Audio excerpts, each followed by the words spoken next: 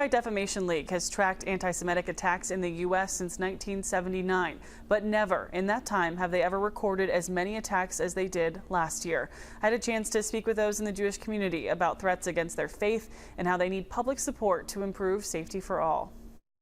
A rising tide of hate is scary for everyone. According to the Anti-Defamation League's recent report, incidents of antisemitism include assault, vandalism, and harassment. In 2022, there was also a 69% increase in attacks against visibly identifiable Orthodox Jews. So the more you self-identify and the more you stand out as a Jewish person, there is some level of elevated risk there. Rabbi Ben Fried says protecting those inside their temples and synagogues has become a renewed focus in recent years.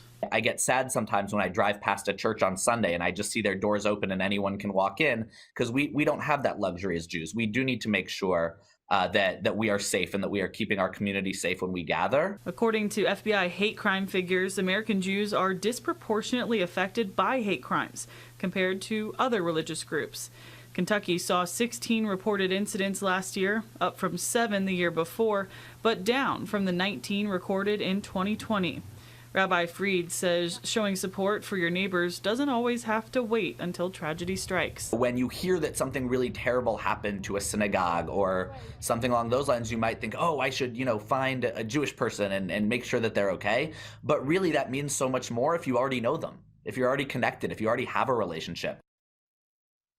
New England Patriots owner Robert Kraft actually announced today that he and his family are going to be investing $25 million in a national campaign to fight anti-Semitism. They're using the hashtag #StandUpToJewishHate.